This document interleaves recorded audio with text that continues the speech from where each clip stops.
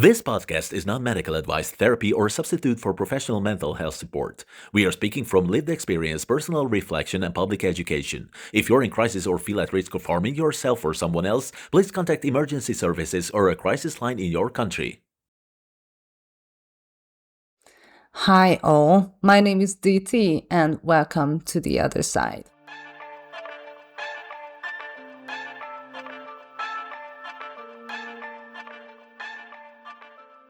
Okay, so welcome to Human Not Haunted, which is a conversation with my guest Ashley McGrorty. Hi Ashley.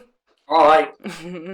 We are going to talk about very serious issues, mental illness, stigma, survival, treatment, shame, and support, and everything. So, last time I asked you which diagnosis surprised you the most, and now I want to ask which diagnosis of yours made you understand yourself better or more.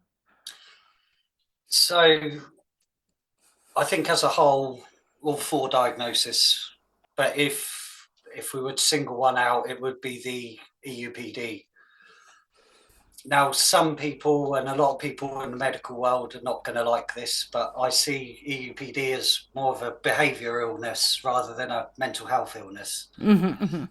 Now, some people aren't going to like that term, but that's my own opinion. A lot of it's to do with behaviour. EUPD, I've just learned to modify my behaviour a little bit better, and I hope my friends and family have seen me change or turn into a nicer person by working on myself. So EUPD, right? Yeah, emotionally unstable personality disorder. Okay, that's borderline in American.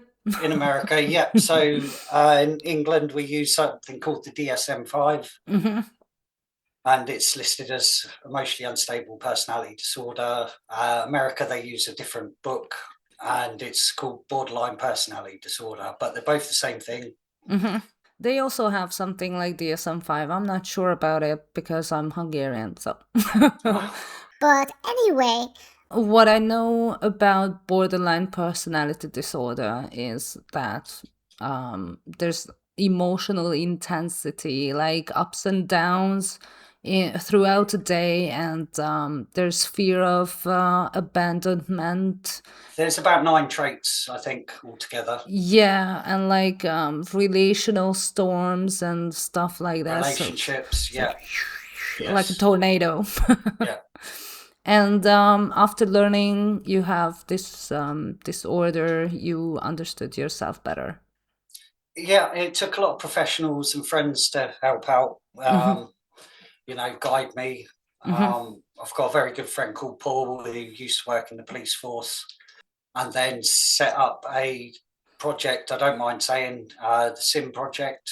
And I was one of the first people to go into the SIM project. And that was the police working alongside mental health. So as part of my care, I'd meet with, because a lot of my behaviour get me in trouble with the police or emergency services in particular. It's, like I said, I'm a danger to myself when I'm not well. And, if ambulance is out, the police will be involved. It's just chaotic when you're not well. You've got so many services involved. But they start working together, and it's just getting to learn. You've got to learn about yourself. You lose a leg, you've got to learn to adapt. Yeah. It's like that. So as soon as I've been diagnosed, every day is a learning day for me. So can we say your diagnoses are kind of crouch for everyday life? Can you explain? Yeah, I mean, like knowing about your condition and like about autism and ADHD more than you used to, it can act as a crouch in your everyday life. It's like, oh, okay, this is my autism coming out. Oh, okay, this is my psychosis. Oh, okay, this is my borderline. Yeah. And that's often met with frustration, especially with me. I get very frustrated. Sometimes I can feel I'm becoming unwell. Sometimes I can't. Yeah. What are the early signs that you now recognize that there's something wrong? I'm just trying to think something more recent. So I've my friends have noticed my speech. I'm slurring a little bit. I was a little bit late for my injection, but I didn't notice it. And yeah, it can be physical a lot of the time. Yeah, you said like the trembling thingy. The trembling's, has gotten a lot better, but it's just a constant battle. What do you think? Which of these mental illnesses are the most stigmatizing? I want to say there's such a stigma with mental health. It doesn't matter, even I don't want to say even depression, because depression's a killer. It's depression. For sure. So many different types of depression. It's I think there's just a lot of stigma altogether, and if people don't talk about it or not willing to tell their stories, we're not going to evolve. We're not going to move forward anywhere. We're just going to sit stuck, really. Yeah, I mean, I have watched a lot of interviews with people who have, for example, I'm not sure if it's a mental illness, but Tourette syndrome, and also with schizophrenia, and also with dissociative personality disorder, which used to be called as multiple personality disorder. And it's so interesting to listen to the experience from within, because until now, we only experienced these things from the outside. Like, oh, he's schizophrenic. Oh, he has psychosis. Oh, he's whatever. And I think it's very important to listen and take notes, because like in 1960s or 70s, there was an interview with a person who was like absolutely shut down and like absolutely emotionless, and they asked, why do you think you're in this hospital, which was a psychiatric hospital? And he was like, oh, they forced me to come here. I don't know why I'm here, and blah blah blah. So that time, medical professionals weren't able to reach these people. But now medicine has evolved and psychology has evolved a lot. And I think it's really useful and important to talk to you guys with these mental illnesses. And there's a lot of stigma around schizophrenia and like psychosis. There's a British, I think he's British, a musician called Ren. Do you know him? Yes. Yeah, he has psychosis as well, and some other problems like autoimmunity or something like that. And first, when I first heard that he suffers from psychosis, I was like, oh my god, he's hearing voices and he wants to kill everybody. But that's not the case. No, but that's he's just told a really good story with that song. It's not my type of music. I do like some of his music, but the high end, he's talking to himself. It's that constant battle of being two people at the same time. Yeah. So that's an interesting take from you. Like, okay. So what part of that song can you relate to the most? I think the hurt and pain. You can certainly feel that in his singing. The pain? The pain. You can see he's going through something. This is not imaginary. This is not made up. This is real.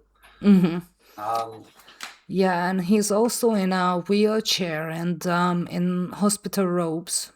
Yes. Yeah, so I think it's perfect for our topic right now, because the song tells you what it's like to live with mental illnesses, and the viewer can see that from the outside, like, hospital, I don't know, the infusion thingy, wheelchair, robes, oh, poor guy. But if you listen... Oh my God. But it is that constant battle, and he says all the right things, and, yes, medication helps. Yes, medical professionals help. but you've got to be in it as well. You know, every day's testing. One day it'll be better than the other. But I can't go living life thinking, oh, yesterday was a bad day. I need to be, you know, I can't let it affect me. So every day's a new start for me. Wow, it must be hard. No, it's just, you know, like I said, I've got my friends that notice if I'm becoming unwell, but you know, my hygiene goes down the toilet. That's a big thing. You know, I won't wash for days. My eating will stop completely, and I think it's more of an autistic thing, but I forget to drink when I'm plenty of fluids. Yeah. So what helps you stay grounded? My friends, probably most importantly, my group keeps me going, and I've got children as well, and I think it's a combination of a lot of things, really. Do you do anything to help yourself, like inside of your home? Do you have, like, you know, sticky notes up, or? I have to take notes. You can't see, but I've got a big whiteboard, and then I have a whiteboard in the kitchen. I have to set things on my phone because I forget. Yeah, cool. Okay. So when you experience psychosis, what do you wish people around you knew? I'm struggling. I think, Like, genuinely struggling.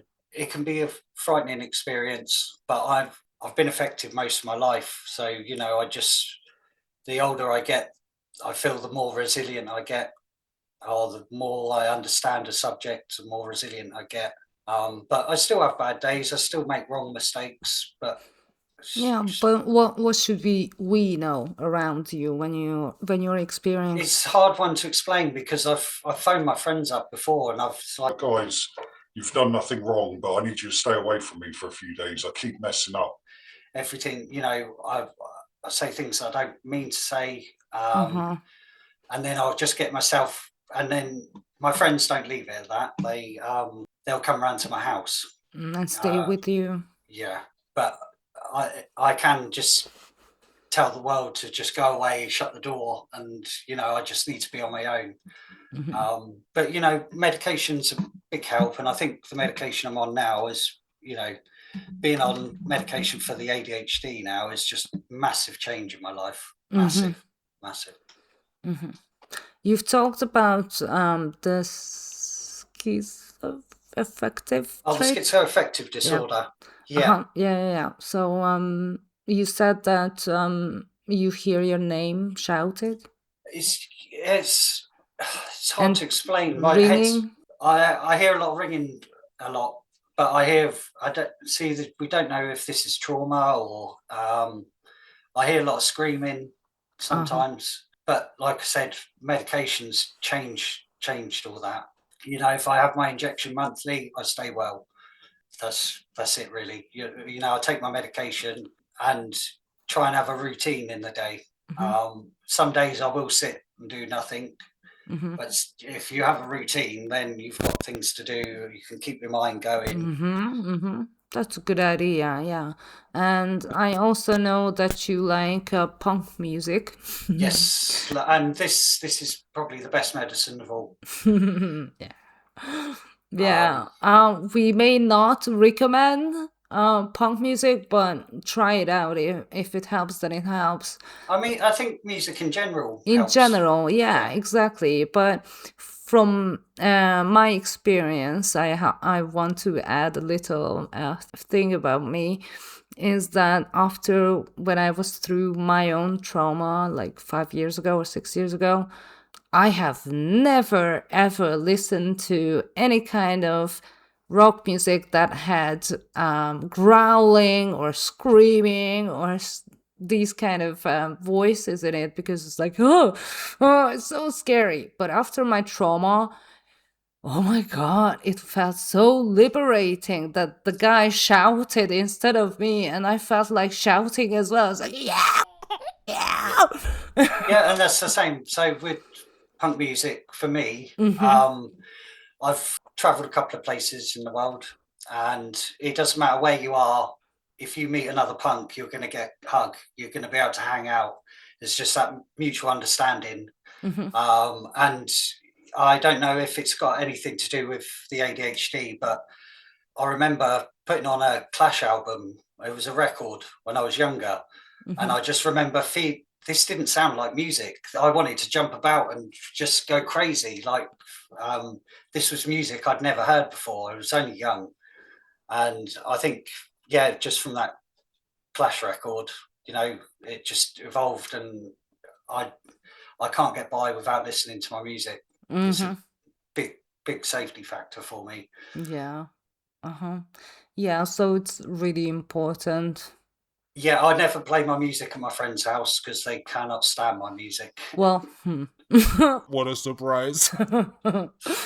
I mean, when I put on my playlist for my friends, it's like, oh, very nice horror music. It's like, like that. Oops. Yeah. My music taste is like Wednesday Addams and Enid Sinclair. So it's like, oh. Yeah. Have diagnoses of yours ever made professionals take you more seriously or less seriously? I'm very complex, and I think the early days, you know, I was in hospital quite a lot, and you know that I was so dangerous to myself. You know, I gotten to that point where I just don't want to be here anymore. And you're in hospital, you'll find any ways or means to try, you know, unalive. To unalive, yeah. Just it can get very dark.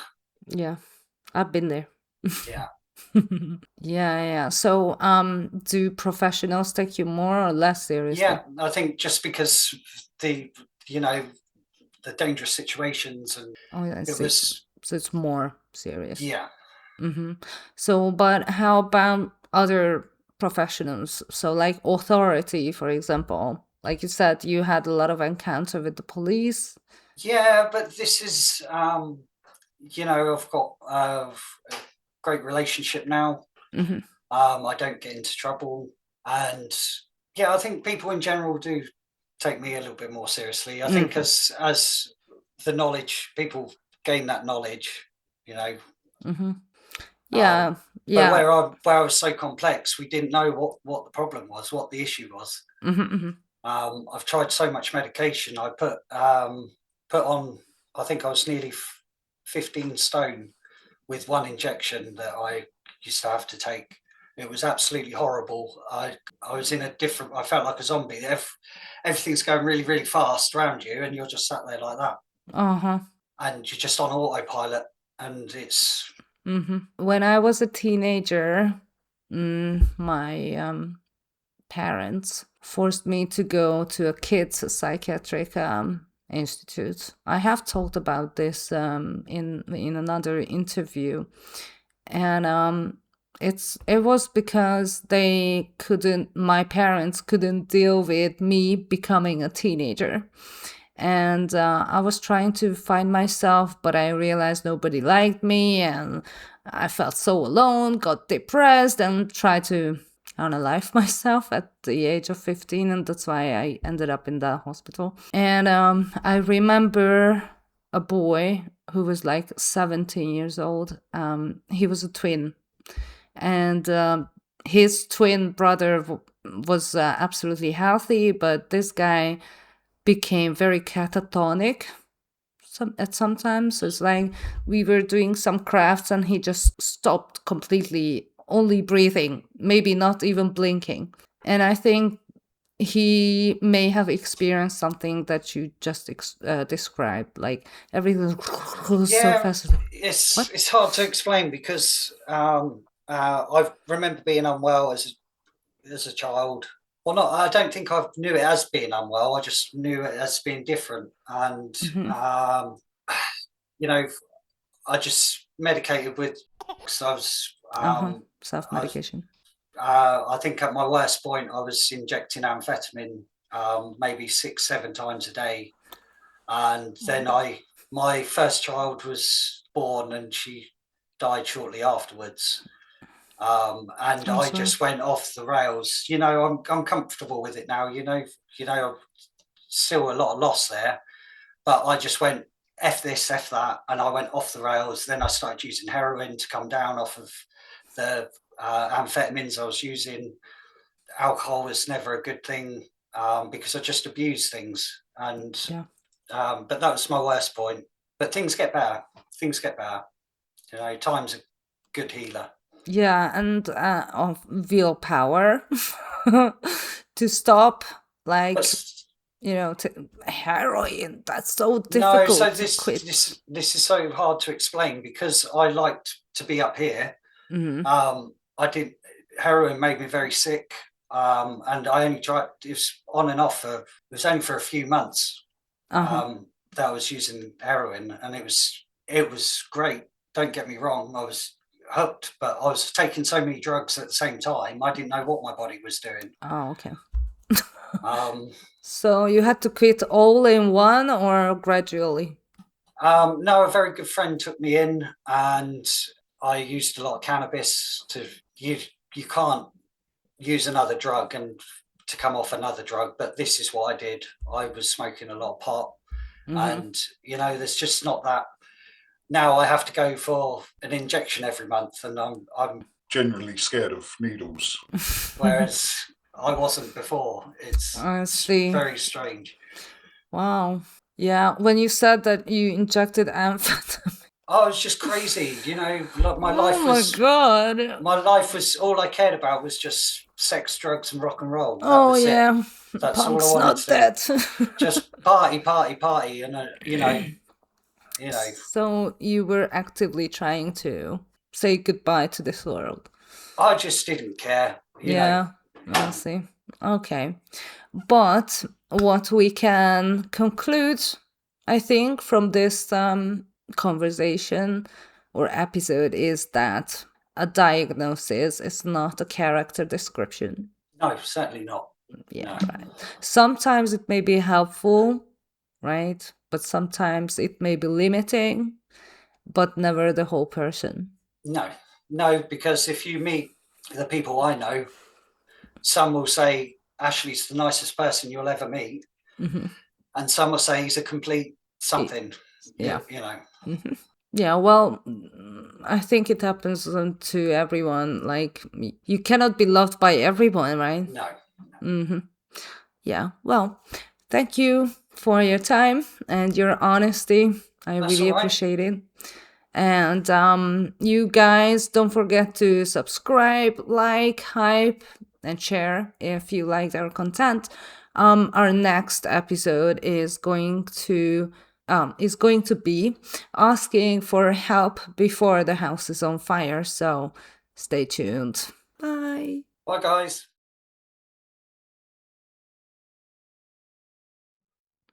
What's that light behind you? Oh, take no notice of it. Okay, that's pretty distracting. Yeah, I'll turn it off. Can you? Thank you. Sorry. No, it's okay. Is that better? Yeah. I'm a pain in the ass. So autism, ADHD. I wrote borderline for your If you put EUPD. So imagine two Bibles for so the medical world, and in America they use something else called, I can't remember your years, but EUPD is a daily thing of going up, down, up, down, up, down, up, down, up. Yeah, and you have that one. Yeah. Okay, so I wasn't wrong. Yes. Love being right. Schizoaffective. Schizoaffective trait. Disorder. Okay. Schizoaffective. I won't remember. That's all right.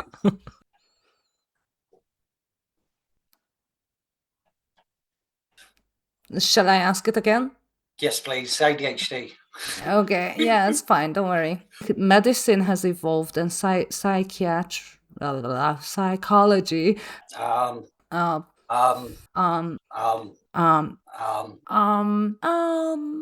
can't remember her name. It was something Evan, Eamon, Alum. How do you write werewolf? Oh, werewolf. A friend. Fuck friend.